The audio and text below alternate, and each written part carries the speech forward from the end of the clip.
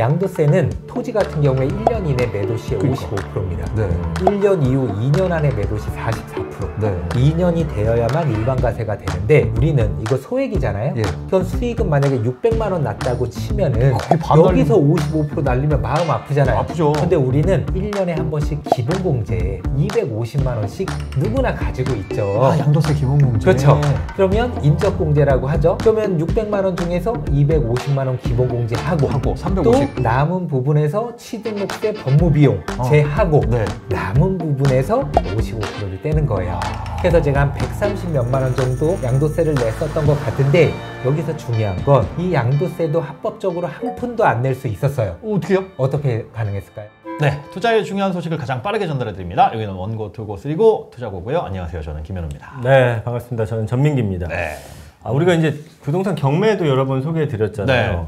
이거 따위에 그냥 주식처럼 네. 좀 펀드 같은 게 있으면 좋겠다는 생각을 해봤어요. 경매 펀드. 네. 오, 괜찮다. 그럼 갑자기 왜요, 그건? 아니 경매 얘기는 좀 아무리 들어도 좀 어렵더라고. 아무래도 네. 생소하고 막 듣는 것마다 분야가 다르고 그래도 부동산 시장 안 좋다 뭐다 하는데 괜히 경매 펀드 잘못 들었다가 물리면 어떻게? 그리고 펀드 운용하시는 분들이 네. 웬만한 전문가들보다 분석도 좀 많이 하고 신중하게 투자하지 않을까. 그럼 확률이 좀 높겠죠, 아무래도.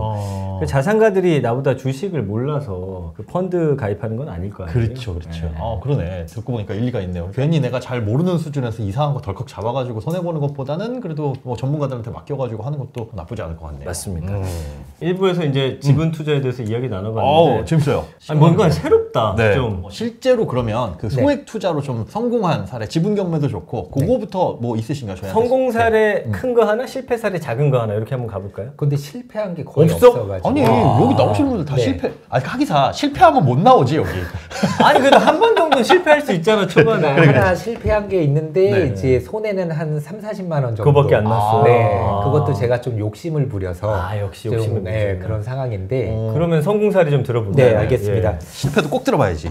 우선은 이 물건은 저한테 좀 각별한데 제가 처음으로 지분 경매를 이제 스스로 공부를 하고 그다음에 입찰을 해서 처음 수익 냈던 사례 한번 보여드릴게요. 진흥리 738-9번지에 있는 전북 토지고요. 정읍에 있는. 네, 그렇습니다. 저는 이 물건 공매를 통해서 낙찰을 받았어요. 경매와 공매 차이를 잠깐 모르시는 분들도 계시는데 그냥 국가에 내야 되는 세금이 있는데 세금을 미납할 경우에는 공매로 나온다. 그 외에는 그냥 경매로 나온다. 요 정도만 알고 계시면 됩니다. 네, 이렇게 돼 있는 땅인데요. 쓸모없는 땅 아니에요 이거? 저기 네, 쓸모 없어 보일 수도 있고 또 맹지예요. 도로도 안 붙었네. 네, 맞습니다. 맹지인 상황이고 지금 엄밀히 말하면 요 정도가 제 땅이었어요. 네. 근데 아래 주인에게 제가 매도를 해가지고 이분이 합의를 한 거예요. 네, 우선 원래 필지가 나눠져 있었어요? 네, 필지가 나눠져 있었고 여기 전으로 되어 있었었는데 이때 당시에 감정가가 한 300만 원 조금 안 됐었던 것 같아요. 전체가요, 평당이요? 전체가요. 전체가? 왜냐하면 지분 물건이었거든요. 3명이 소유를 하고 있었는데 그중 한 명의 지분이 공매로 나와서 제가 141만 원의 낙찰을 받았어요. 절반 가격. 네. 그리고 경쟁자는 한 7명 정도 됐었고요. 제가 낙찰받았었던 이유는 공유자가 2명이 더 있었었던 거고 그래서 그분들에게 매도를 하면 좋지 않을까 생각을 했는데 도로가 없는 토지를 맹지라고 하잖아요. 그럼 맹지는 가치가 있다 없다? 없다라고 생각되지만 가치가 없는 걸 감안해서 싸게 받으면 되잖아요. 그치. 맞죠? 그리고 전 답은 농사를 지을 수 있는 땅이란 말이에요. 그렇죠. 그럼 누군가는 이곳에 농사를 짓고 있다면 그 사람은 이 땅이 필요하겠죠. 그렇겠죠. 그 사람에게 시세보다 저렴하게 판다라는 생각을 갖고 있었던 거예요. 그분은 그럼 자기가 공매하면 되지 몰랐나? 근데 공유자 우선 매수 청구권이 있지만 대부분 몰라요, 공유자들이. 아, 그래요? 네. 배운 사람들만 알고 있어요. 그분한테 안 알려줘요? 뭐 경매 우편이 하나 가지만 내가 이사를 갔어. 근데 옛날 주소로 돼 있어? 그 옛날 주소로 가요. 그럼 나는 경매 공매를 주로 하지 않는 사람이면 뭔 연락이 왔는지도 모르고 그냥 자기랑 처음에 같이 있던 사람의 지분이 경매 공매 넘어간 걸 그제 끝에 땅이 있는데 혼자서 땅 파갖고 도로 하나 만들면 안 되는 끝까지 이어가지고. 그래서 제가 공유자 2명에게 처음에 우편을 보냈어요. 낙찰 받고 낙찰 받은 사람인데 혹시 이 땅이 필요하면 연락 좀 주세요. 아, 그분들 연락처는 알 수 있어요? 그렇게? 연락처는 모르는데 그래서 등기부 등본에 있는 주소로. 네. 하지만 그쪽에 안 살고 있는 거죠. 그러니까 계속 다 돌아오는 거예요. 그러면 어떻게 해요, 저는? 저는 공유자랑 연락을 취해야 되잖아요. 그래서 소송이 필요한 거예요. 법원에다 네. 공유물 분할 청구 소송이란 걸 진행을 하면 네. 알아서 다 찾아줘요. 아, 그렇게 해서 찾아줄 수 있는 거면 처음부터 그렇게 알려주지 왜 법원은 일 안 하냐 법원? 네, 주소 보정 명령이란 걸 법원에서 내려주거든요. 이 소장이 이 사람들에게 도달이 돼야 되는데 그렇죠. 주소가 안 맞는 것 같아. 내가 서류 하나 내려줄 테니까 이거 출력해서 동사무소 가봐. 그럼 거기서 초본을 떼줄 거야. 예. 진짜 떼주는 거예요. 예. 근데 초본 맨 마지막에 있는 주소가 어떤 주소죠? 지금 현재 살고 있는 주소. 그럼 그 주소로 다시 소장이 갑니다. 그럼 그분들이 다 받겠죠. 네네. 그렇게 소장을 받은 공유자분들은 세 가지 방식으로 반응을 볼 수 있는데, 첫 번째는 원고한테 연락을 한 다음에 소를 취하게 만들거나 네. 두 번째는 30일 이내에 법원에다가 답변서를 제출해야 돼요. 나 이런 소장 받았는데 나는 이렇게 하고 싶다. 근데 원고한테도 연락도 안 취하고 답변서도 제출을 안 해? 그러면 원고 승으로 끝나요. 그럼 경매로? 예, 경매로 넘어가거나 모든 소송 비용은 또 공유자들이 물 수도 있어요. 그러기 싫으면 연락을 해야 되겠죠. 그게 다 써 있어요 거기에는? 그렇죠.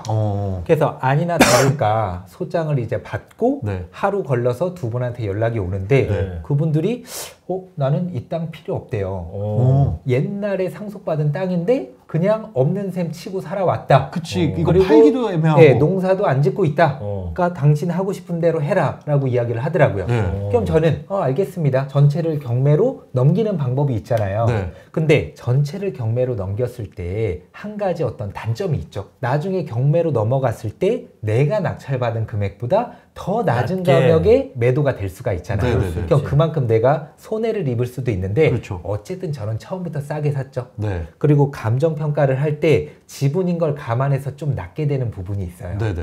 그리고 이게 경매로 나와서 낙찰될 때쯤에는 또 1년 넘게 시간이 흐르는 상태니까 또 땅값은 또 조금은 상승하는 부분들이 있고 예. 그렇기 때문에 몇 번 유찰이 돼도 네. 내가 낙찰받은 금액보다 떨어질 리는 거의 없다. 없습니다. 근데 좀 시간이 걸리잖아요. 경매로 넘기려면은. 그러네요. 네네. 그러니까 내가 어떤 땅을 낙찰받거나 건물을 낙찰받으면 창의적인 생각들이 떠오를 수밖에 없어요. 왜? 어떻게 해서든 수익을 내야 안 되니까. 되고 수익을 내야 되니까. 그래서 혹시 내 땅과 붙어 있는 위, 아래, 양 옆에 있는 토지 주인들은 내 땅을 좀 싸게 판다고 하면 사지 않을까? 라는 생각이 든 거예요. 네, 그래서 이분들 등기부 등본 떼면 또 주소 다 나오잖아요. 그쵸, 그쵸. 그 주소로 우편을 정중하게 보냈습니다. 네. 가운데 땅을 가진 사람이다. 혹시 이 땅이 필요하면은 저렴하게 드리겠다. 근데 아래 땅을 소유한 사람한테 꼭 연락이 오길 바랬어요. 왜냐? 네. 과천에 살고 있더라고요. 레미안 슈르에 살더라고요. 과천에 돈이 좀 있겠네. 네, 과천에 대장 아파트일 거 아니에요. 그러니까 여유가 있을 거 아니에요. 네. 몇백만 원은 충분히 지불할 수 있는 여력이 있을 것 같았는데 아니나 다를까 그분한테만 연락이 오더라고요. 그러면서 얼마에 팔 건데요? 선생님 여기가 평당 제가 시세를 보니까 8만 원 정도다. 네. 제가 7만 원에 드리겠다. 안 산대요. 안 산대. 왜? 선생님 얼마면 사실 마음이 있으십니까? 평당 5만 원이면 사겠다는 거예요. 우와. 이거 너무 이거 완전히 후려치기잖아요. 후려치는 거잖아요. 저는 야. 평당 24,700원에 받았거든요. 네. 그래서 알겠습니다 선생님 잠깐만 기다려 주세요. 네. 그 다음에 한 가지 해결해야 될 게 남았죠. 네. 기존 공유자. 그쵸. 그럼 그분들 모시고 가서 팔면 되죠. 근데 왜 남 좋은 일을 시키냐고요. 이분들은 이 땅에 대한 애착이 없잖아요. 그쵸. 이분한테 연락이 관심이 왔다는 없고. 것도 모르잖아요. 네. 우리 어머니가 네. 서울에서 왔다 갔다 하시면서 농사지을 땅이 필요하시다고 하시는데 내가 이 땅 말씀드리니까 나보러 사라고 하신다. 저한테 그냥 불하잖아요. 하시죠. 어쩔 수 없죠. 수익 앞에서는. 근데 네. 뭐 저분들은 관심도 그렇죠. 없던 관심도 땅이니까. 없고 그냥 버린 땅이라고 생각을 했으니까. 그러니까 그분이 얼마 줄 건데요. 그래요. 네. 두 분이. 네. 한 명당 저는 141만 원에 낙찰받았지만 네. 한 분당 130만 원씩 드리겠다. 그러니까 절대 안 판대요. 그렇겠죠. 선생님 시세가 왜요? 300인데. 왜 당신이 온전히 하나로 만들어서 다른 사람한테 팔면은 더 큰 수익을 얻을 텐데 그 가격엔 절대 못 판대요. 그럼 선생님 얼마를 원하십니까? 20만 원만 더 달래요. 그래서 150만 원. 야, 그거는 되게 웃긴다. 네. 아니 근데 이렇게 되더라고 진짜 근데. 네, 그래서 두 분의 지분을 각각 150만 원씩 해서 300만 원에 제가 매입을 했죠. 그러면 총 441만 원. 뭐 몇 지금은 평이었어요?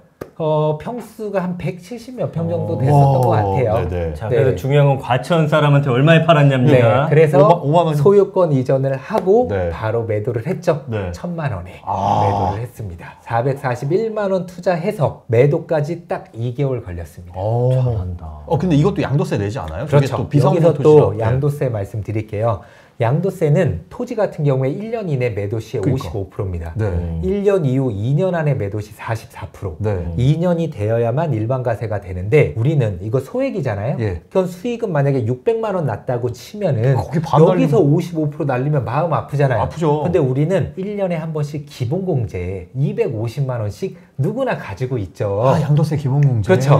그러면 인적공제라고 하죠. 그러면 600만 원 중에서 250만 원 기본공제하고 하고 또 350. 남은 부분에서 취등록세 법무비용 제하고 네. 남은 부분에서 55%를 떼는 거예요. 아. 그래서 제가 한 130 몇만 원 정도 양도세를 냈었던 것 같은데 여기서 중요한 건 이 양도세도 합법적으로 한 푼도 안 낼 수 있었어요. 어떻게요? 어떻게 가능했을까요? 제가 300만 원에 매입을 했죠? 네. 그걸 와이프 이름으로 매입했으면 됐죠. 아, 쪼개서. 그러면 와이프도 250. 250만 원 기본공제, 나 나도 250만 원 250. 기본공제, 겨우 500만 원 합법적으로 푼도 안 낼 수 있었는데 아 몰랐구나 처음에. 그때는 너무 급하다 보니까 혹시라도 이 사람이 안 사준다고 하면 안 되니까 아하. 그냥 와이프 이름으로 하면 막 번거롭잖아요. 그쵸, 또. 그쵸, 그쵸. 저게 4명이 되는데, 이제 그렇죠. 소유자가. 네, 그래서 이제 그 아. 사람들 걸 제 이름으로 매입했기 때문에 기본공제, 인적공제는 250만 원밖에 못 받았었죠. 아. 와이프 이름으로 했었다고 하면은 세금이 한 푼도 없었겠죠. 여기서 궁금한 게 뭐 네. 아파트나 뭐 주택은 그래도 가서 보면 아 여기 그래도 오르겠구나 알겠는데 대체 저런 땅은 어떻게 시세를 파악하고 네. 여기를 꼭 사야겠다 네. 이걸 결정할 수 있을지 좀 어려워 보여요. 초보자분들이 제일 궁금해하는 게 이제 시세 파악하는 법이잖아요. 네. 저는 크게 4가지 정도가 있다라고 생각을 해요. 첫 번째는 대충 이쪽 지역이 낙찰가가 얼마인지를 한번 살펴볼 수가 있거든요. 아, 다른 곳에. 그렇죠. 낙찰가. 온비드 공매라든지 네. 아니면 뭐 유료 경매 사이트들을 보면은 인근 낙찰 사례들이 다 나와요. 그러면 내가 입찰하고자 하는 곳과 가장 가까이에 있는 또 매각됐었던 거 한 2-3개 정도를 뽑아서